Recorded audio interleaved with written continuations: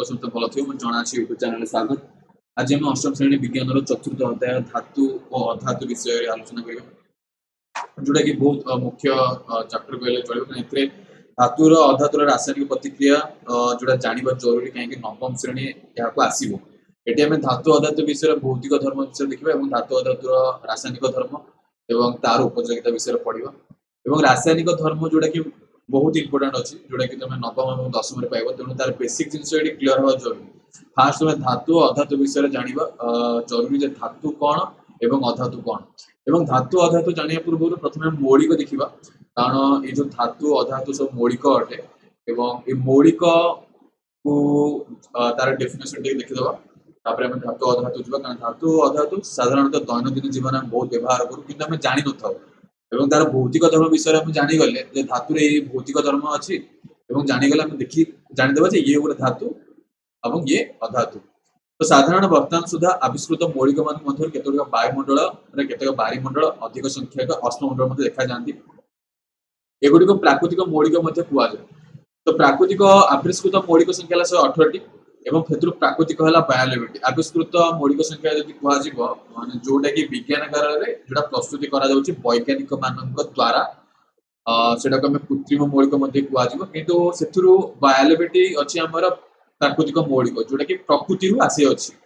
से धातु संख्या अच्छी 70 एवं अधातु अच्छी 22 एवं आम उभय धातु अधातुर केतक उदाहरण देखीना जोटा कि बहुत समय कहली जोटा कि दैनंदिन समय बहुत व्यवहार करूँ जमी लुहा जोटा कि पनिकी कुराड़ी और लंगल लुहा व्यवहार कर तंबा ठाकुर बासन विद्युत तार एलुमिनियम बासन विद्युत तार। तो ये जिन तुम बारंबार तुम निज जीवन देखुव कि भाव नुवे आपको धातु कहुए कि देखा यहाँ खाली उदाहरण पड़ुचे जमी आम दैनंदिन व्यवहार करुचे कि आस्ते आस्ते आम धातुर भौतिक धर्म देखा ये जो लिखा है सब धातु थे अधातुर उदाहरण देते कार्बन सल्फर फस्फोरस और आयोडीन तार सब व्यवहार लिखाई आयोडीन आम युक्त लुण क्षत स्थान व्यवहार टिंचर आयोडीन औषध उत्पादन औषध विभिन्न प्रकार उत्पादन आयोडीन व्यवहार कराए। फस्फोरस को दियासिल काठरे बारूद फस्फेट सार उत्पादन व्यवहार कराए। सल्फर केतक बाण और औषध उत्पादन था। कार्बन तो तुम जानी पे काठर अंगार और कोयलार मुख्य उत्पादन है कार्बन मन कोयलार किए मुख्य उत्पादन किए थी कार्बन थी। तुम जो 42 पेज देख विज्ञान बही से केतटा क्वेश्चन एवं से क्वेश्चन को सॉल्व करिया कारण क्वेश्चन टिके जरूरी अछि कारण क्वेश्चन जदि हम टिके जदि जानिबा ताले हम धातु और अधातु विषय टिके अधिक ज्ञान आसीबो। तो प्रथम से क्वेश्चन देछि गोटे तरल धातुर गोटे तरल अधातुर नाम लेख तापर देछि गैसीय अधातुर नाम तापर गैसीय धातु संबंध रे कृत्रिम मौलिक संबंध तथ्य संग्रह कर मिश्र धातु ये विषय टिके जानि नेबा कारण एटा ए क्वेश्चन रो प्रश्न करि सारला परे ही हमें धातु अधातु विषय आ टिके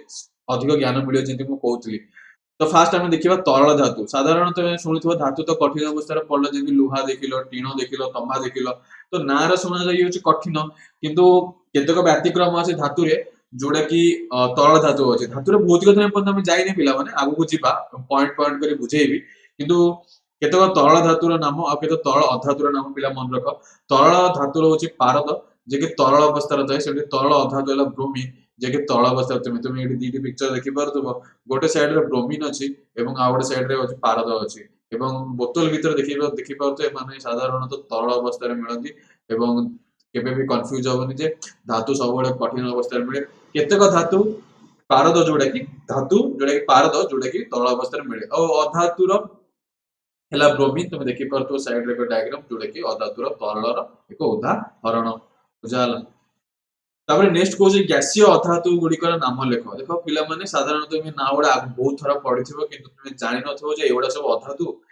hydrogen nitrogen oxygen fluorine chlorine helium neon argon krypton xenon radon ये सब गोटे गोटे अधातुर उदाहरण थिला तेणु आपको तुम बारंबार पढ़ी कि जान ये सब गोटे गोटे अधातु। गैसीय धातु विषय कि जान पे मन रख कौन धातु एवं गैसीय अवस्था ना तरल अवस्था अच्छी जोटा कि पारद किंतु धातु गैसीय अवस्था एपर्यंत मिलना तेणुक परीक्षा जब पढ़ साधारणतः रहा दरकार साधारण ज्ञान रहा आवश्यक परीक्षा आसू कि न आसू तेणु ये जो क्वेश्चन देला उच्च माध्यमिक साधारण तुम एक साधारण ज्ञान से क्लीयर करदेला तुम धातु अधातुर भौतिक धर्म रासायनिक धर्म पढ़ तो ये बेसिक जिन जानीज जदि तुम रासायनिक धर्म सहज बुझीज तुम जान हाइड्रोजेन गोटे अधातु अधातु ଯେତେବେଳେ ଆମେ ରାସାୟନିକ ପ୍ରତିକ୍ରିୟା କରିବା ସେଟା ହାଇଡ୍ରୋଜେନ ଲେଖିଲେ ତମେ କନଫ୍ୟୁଜ ହେଇଯିବ, ତେଣୁ ମନେ ରଖିଥାଅ ହାଇଡ୍ରୋଜେନ, ନାଇଟ୍ରୋଜେନ, ଅକ୍ସିଜେନ। ତେଣୁ ଖାତା ବାହାର କରି ଲେଖି ଦେଇଥାଅ, ନହେଲେ ଯଦି ସ୍କ୍ରିନଶଟ ନେଇ ପାରିବ ତୁମ ସୁବିଧା ଅନୁସାରେ।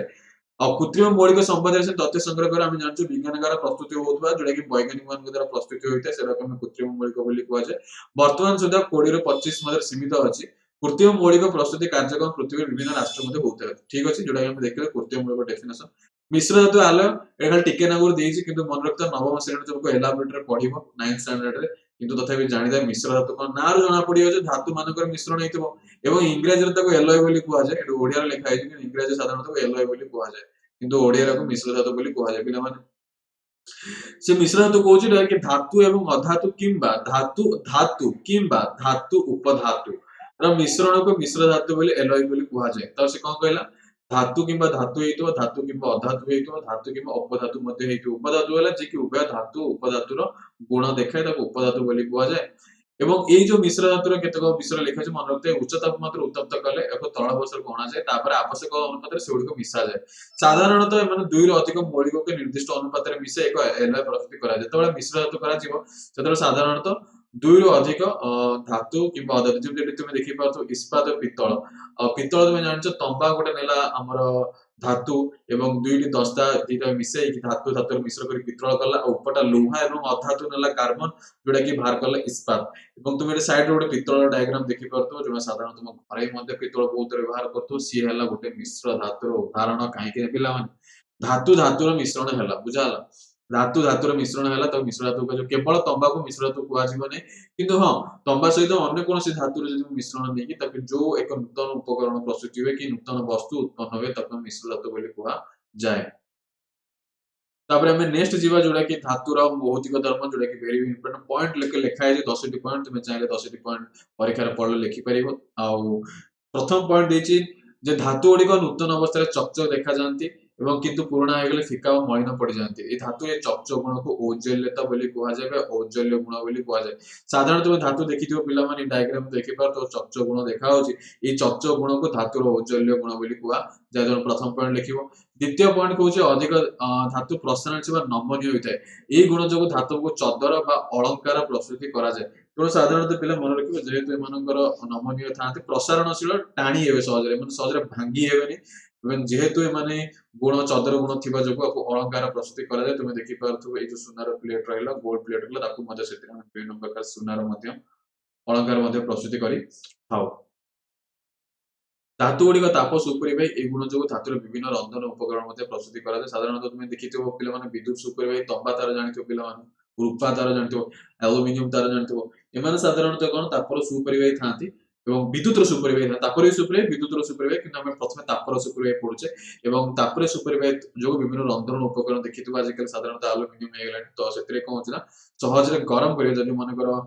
ଯଦି ତୁମେ ଗୋଟେ ବଡ ଦଣ୍ଡ ନବ, ଧାତୁର ଯେକୌଣସି ଦଣ୍ଡ ନିଅ, ତାକୁ ଯଦି ତୁମେ ଗୋଟେ ପାର୍ଶ୍ୱ ଯଦି ଗରମ କରିବ ଏବଂ ଆଉ ଗୋଟେ ପାର୍ଶ୍ୱ ଯଦି ତୁମେ ମହମ ଲଗେଇଥିବ, ଯଦି ସେ ତରଳିକି ମଧ୍ୟ ତଳକୁ ପଳେଇ ଆସିବ। ବୁଝିଲା, ତାର କେମିତି ଜାଣିଲ, ଗରମ ତ ଏଠି ହେଲା, ପୁଣି ଏଠି କେମିତି ମହମ ତଳିବାକୁ ଷ୍ଟାର୍ଟ କଲା, କାହିଁକି ନା ତାପ କଣ କଲା, ସଞ୍ଚରଣ ହେଲା। ତୁମେ ଅଲରେଡି ଏଟା ସପ୍ତମ ଶ୍ରେଣୀରେ ପଢି ଯାଇଥିବ, ତାପର ସଞ୍ଚରଣ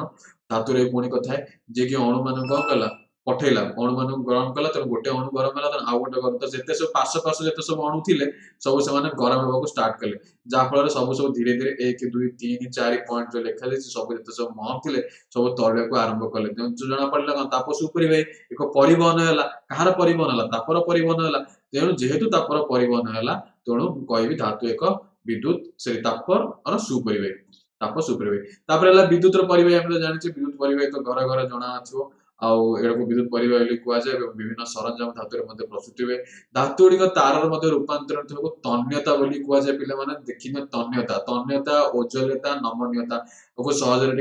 ଟିକେ ଦେଖିନିଅ, କାରଣ ଏଇ ତିନୋଟି ପଏଣ୍ଟ ଅଲଗା ଅଲଗା ଅଛି। ସାଧାରଣତଃ ଧାତୁର ତନ୍ୟତା ଗୁଣ ଥିବାରୁ ଚଦର ବା ଆକୁ ତାରର ମଧ୍ୟ ପ୍ରସ୍ତୁତି କରାଯାଏ, ଟାଣିକି ଲମ୍ବା ମଧ୍ୟ କରାଯାଏ। তুমি ଦେଖିପାରୁଥିବ କିଭଳି ଏକ ଧାତୁକୁ ତାକୁ କଣ କରାଯାଇଛି ନା ତାରରେ ପ୍ରସ୍ତୁତି କରାଯାଇଛି। ଆଉ ବିଭିନ୍ନ କଳକାରଖାନା ରହିଲା କି ବିଭିନ୍ନ ବଡ ବଡ ଇସ୍ପାତ କାରଖାନା ରହିଲା ମଧ୍ୟ ଆକୁ ସହ ବ୍ୟବହାର କରାଯାଏ ଧାତୁରେ ତନ୍ୟତା ଗୁଣ ଯୋଗୁଁ। ତେଣୁ ପରୀକ୍ଷାରେ ପଢିଲେ ତୁମେ ଏଇ ତନ୍ୟତା ଗୁଣଟି ଲେଖିବ, ଭୁଲିବ ନାହିଁ। ତନ୍ୟତା, ଔଜ୍ଜଲ୍ୟତା, ତାପ ସୁପରିବାହୀ ଏବଂ ବିଦ୍ୟୁତ ପରିବାହୀ। ଅଧିକ ଧାତୁ ଗୁଡ଼ିକର ଧ୍ୱନି ସୃଷ୍ଟି ହୁଏ ତେଣୁ ଧାତୁ ଗୁଡ଼ିକୁ ଧ୍ୱନି ବହନକାରୀ ମଧ୍ୟ ଅଟନ୍ତି। ଧାତୁ ଧ୍ୱନି ବହନକାରୀ ମାନେ ତାକୁ ଯଦି ତୁମେ ଧ୍ୱନି ଚାପ୍ଟର ଯଦି ପଢିଥିବେ ପିଲାମାନେ ସହଜରେ ବୁଝିଥିବ। କାରଣ ଧାତୁର ଅଧିକ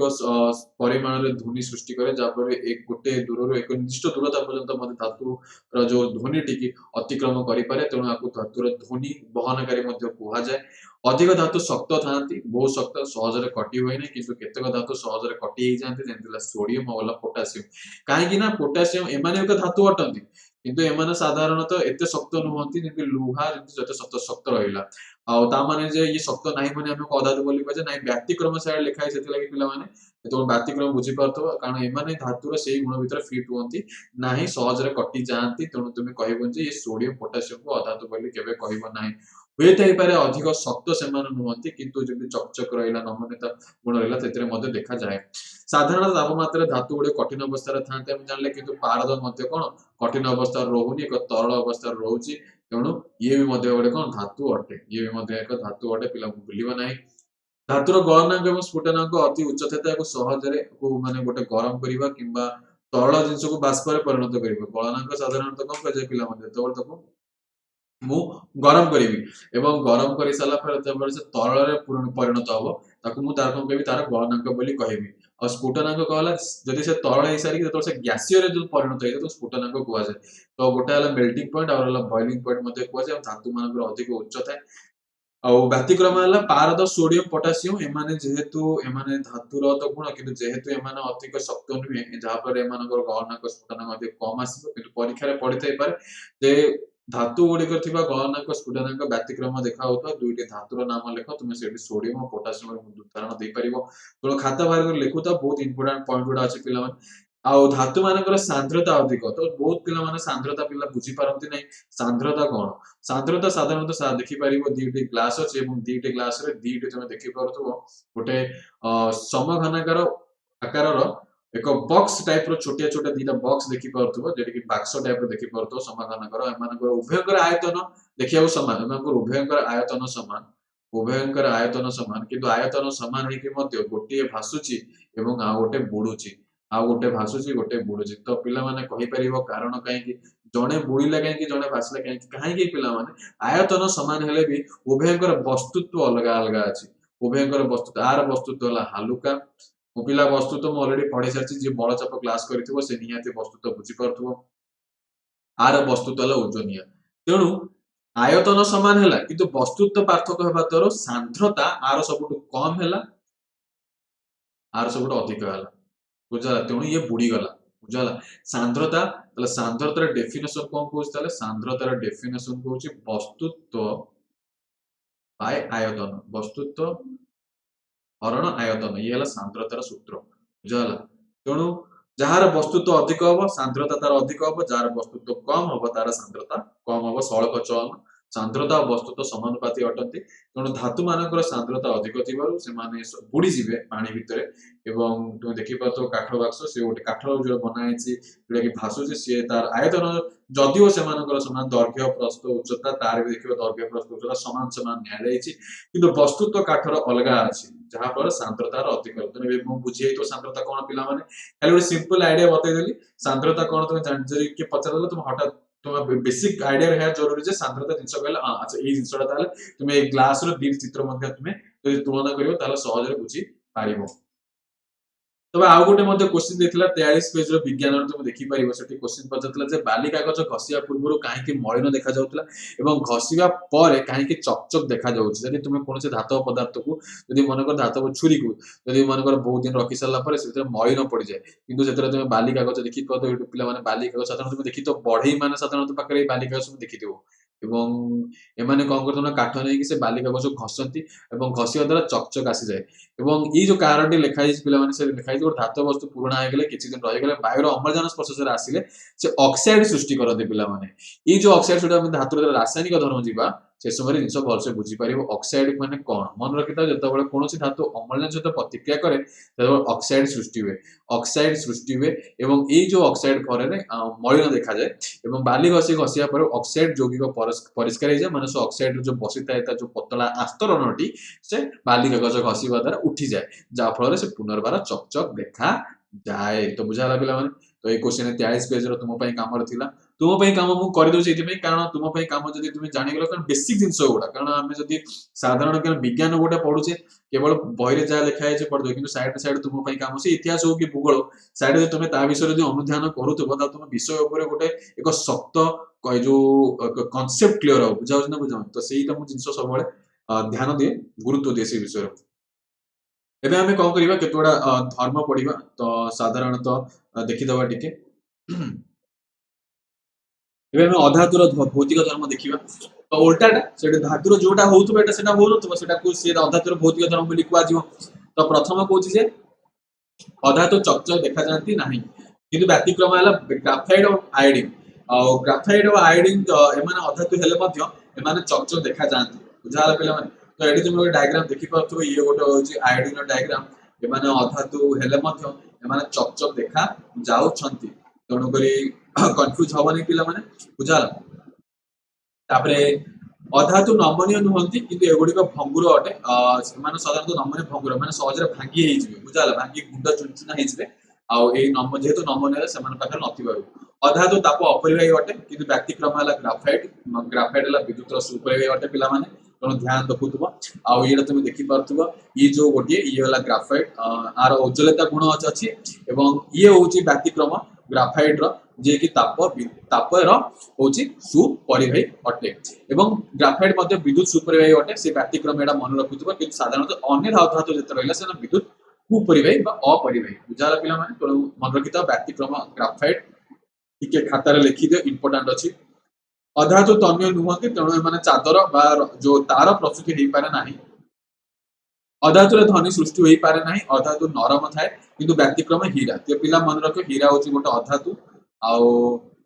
आउ आउ सबटु शक्त जदी कुहा जिवो हीरा बुझाउछ ना बुझाउनी हीरा को सहज रे मते काटी होय नाही किंतु आ बाकी जे सब अधातु रहले से नरम रहले तेणु ध्यान दउतो पिला माने आ साधारण तापमात्रा एगुडे कठिन किबा गैसीय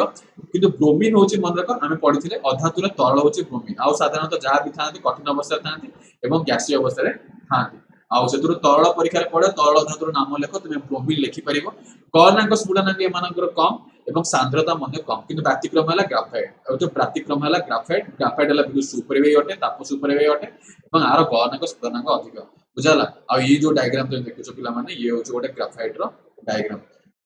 आउ केतक कठिन धातुर विषय पढ़िबा कार्बन कार्बन तुम देखितो पिला माने कोयला जोथरे कि कार्बन थाए एवं कोयलार मुख्य उपादान कार्बन होइतबारो कोयला को कार्बन नमूना रूपे निया जाय पारे कोयला नमूना काठ अंगार को मध्ये तुमे नमूना बा उदाहरण रूपे नै परिबो बुझाला काठ अंगार ये होलो कोयला सेने सल्फर देखिया को हळदिया गुंड देखि परतो पिला माने एवं काच किबा प्लास्टिक बोतल आको रखा जाय थाए फॉस्फोरस या नरम होइतबारो को छुरी रे काटी खंड रे परिणत करा जाय को पानी भीतर बुड़ाई रखा जाय जेहेतु फॉस्फोरस साधारण तापमात्रा 22 शीघ्र प्रतिक्रिया करि पारे मनक फॉस्फोरस को पिला माने साधारणतः आको साधारण तापमात्रा रे 22 प्रतिक्रिया करा जाय करिवे तो आपको कम करे ना को सबले पानी भीतर बुड़ी के रखा जाय आ ये अधिक 22 सहित रासायनिक प्रतिक्रिया kan बाहर थिबा अम्लजान सहित फॉस्फोरस कम करे ना तुरंत रासायनिक प्रतिक्रिया करिवे तेणु आपको जो फॉस्फोरस को कम करा जाय ना सब बळे पानी भीतर रखा जाय वायु मुक्त वायु रे रखा जाय नाही कहीं ना मुक्त वायु थिबा अम्लजान सहित तुरंत से प्रतिक्रिया करी निये आ एमाने मन रखता सल्फर एवं फॉस्फोरस एमाने होचंदी एक प्रकार रो जो एक प्रकार जदि कुहा जीवो विपद माने कर साधारणतः जो पिला माने तर विज्ञान गार जांती तो एमानकु लैबोरेटरी बहुत निरापद अवस्था रखा जाय कारण एमाने क्षय क्षति मध्ये करि पारंती एवं दुर्घटनाग्रस्त मळे हेइ पारे तेणु जेते सब रासायनिक पदार्थ अछि ताको विषय पूरा जदि ज्ञान नाही ताको तुमे छुईबो नाही लहले असुविधा हेइ पारे जोडा तुमे जानितो जोडा तुमको शिक्षक शिक्षयित्री कहिबे छुइया पई कहिबे तुमे छुईबो लहले सेमानकर बिना अनुमति रे तुमे ताको छुईबो नाही बुझाला सिम्पली दुष्टामी काम करिवनी लहले बहुत हैरान हो पिला माने बुझाला कारण केतोडा अछंती बहुत जोर रासायनिक प्रतिक्रिया से माने करि दियंती एवं दुर्घटना सम्मुखीन मध्ये छुआ पिला होंती एवं आयोडीन पिला माने बैंगनी रंगर छोट छोट खंड रूपे मिले या काठ बोतल रखा जाय तुम देखि पाथो पिला माने साइड रका आयोडीन अछि एवं आको मध्ये काठ बोतल रखा जाउछि छोट छोट खंड रूपे मिले तुम चाहे विज्ञान गार तुम थिबो जति तुम शिक्षक शिक्षयित्री मध्ये कहले से मध्ये तुम देखै परिबे आ निज आखिर देखिले भल लागे साधारणतः तुम जति एबळी आखिर देखिले से बळे अनुभव आसे नै ओ ठीक अछि तो नेक्स्ट हला आ गोटे तुम पई काम अछि 47 पेज रो अछि जोडा देखि दबा टिके जोटा धातुर भौतिक धर्म और अधातुर भौतिक धर्म जोटा आलोचना कले एवं उभयधरी मौलिक देखा और धातु थिबा ओजली बा ध्वनि नथिबा दुईटी धातुर नाम विषय पढ़िबा तन्यता नम्यता नथिबा दुईटी धातुर नाम लेख ठीक अछि आमे एबल धातुर पढ़े दुईटी जार तन्यता नम्यता जोटा व्यक्तिक्रम थाए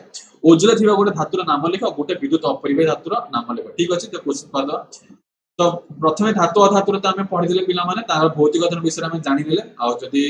एटा परीक्षा रे पले तुमे लिखिबो तार देले स्क्रीनशॉट नै पाइबो जाला तापरे नेक्स्ट क्वेश्चन कहला जे मन उभयधर्मी मौलिक उभयधर्मी कहले का पिला उपधातु उभयधर्मी मौलिक कहा जाय जे कि धातु एवं उधातुर उभय मौलिक